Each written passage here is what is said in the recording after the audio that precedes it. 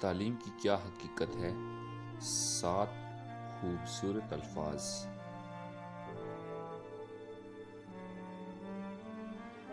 تعلیم حقائق کو سیکھنے کا نام نہیں ہے، بلکہ یہ دماغ کو سوچنے قابل بنانے کے لیے ایک ترتیب کا نام ہے۔ نمبر 2، تعلیم حاصل کرنے کے لیے تمہیں چین جانا پڑے تب بھی علم حاصل کرو۔ نمبر 3، اے میرے پروردگار، میرے علم میں اضافہ فرما۔ نمبر 4، میں خوش رہتا ہوں کیونکہ میں کسی سے کوئی امید نہیں رکھتا۔